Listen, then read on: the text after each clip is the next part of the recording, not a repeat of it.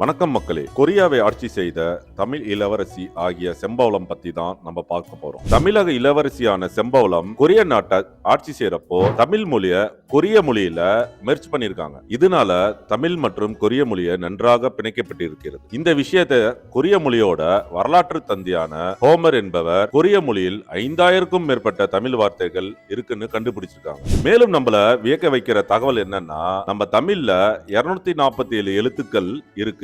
உயிர் எழுத்துக்கள் 12, மெய் எழுத்துக்கள் 18. இந்த உயிர்மெய் எழுத்துக்கள் சேர்த்து தான் நம்ம 247 எழுத்து பேசிக்கிட்டு எழுதிக்கிட்டு இருக்கோம். கொரியன் உருவாக்கிய அங்கல் எழுத்துக்கள் முறையும் இது மாதிரி தான் இருக்கு. அதாவது அங்க உயிர் எழுத்துக்கள் 10, மெய் எழுத்துக்கள் 14, இரண்டும் சேர்த்து உருவாகிற மொத்த 147 எழுத்துக்கள். இது மூலியமா கொரிய நாட்டுக்கும் நம்ம தமிழுக்கும் இருக்கிற ஒற்றுமையை நம்மளால பார்க்க முடியும். அது மட்டும் இல்லாம செம்பவளம் நம்ம தமிழ்நாட்டை சேர்ந்தவர்கள் என்று நமக்கு நிரூபிக்கிறது. மேலும் இந்த மாதிரி பல வரலாறு தெரிஞ்சுக்க என்ன ஃபாலோ பண்ணுங்க.